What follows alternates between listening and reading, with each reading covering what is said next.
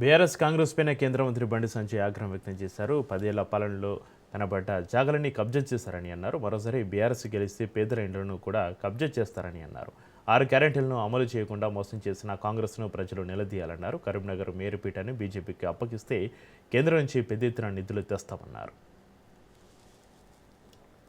ఇక్కడ mayor Bharatiya Janata party కాదక్క, BRS ఉన్నారు కాబట్టి ఇలా బీఆర్ఎస్ పార్టీ అంటే భూ రాక్షసుల పార్టీ. వాళ్ళకి ప్రజల మీద సమస్యల మీద శ్రద్ధ లేదు.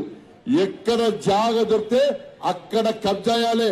కరీంనగర్ కాదు, చుట్టుపక్కల ఊర్లలో ఉన్న జాగలన్నీ కబ్జా చేశారు. ఈ రోడ్డు కూడా కబ్జా చేస్తారు. మీరు నిల్చున్న జాగను కూడా జరుగుని జాగ నాది అంటారు. వాళ్ళకి గెలిపిస్తే వాళ్ళ కోసం ఆల్రెడీ పేపర్లన్నీ సిద్ధంగా ఉన్నాయి. మీరు మా ముగ్గురిని గెలిపించండి. కరీంనగర్ మేయర్ మమ్మల్ని చేయండి. ఇవాళ 50 కోట్లతోని మీ గల్లీలలో రోడ్లను వేయించే బాధ్యత నాది. ఉన్నప్పుడు దోసుకున్నారు సరిపోలే, ఇంకా దోసుకుంటామని వస్తున్నారు. టీఆర్ఎస్ పార్టీకి ఓటేస్తే అది మోర్లో వేస్తటే.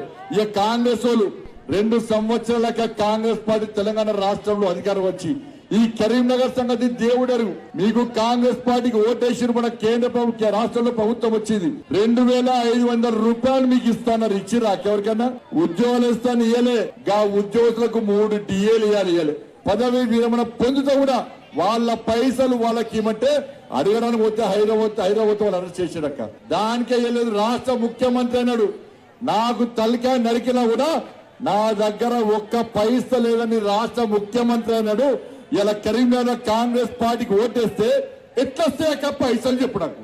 కాంగ్రెస్ ఓటేస్తే పైసలు రావు. ఇలా బీఆర్ఎస్ ఓటేస్తే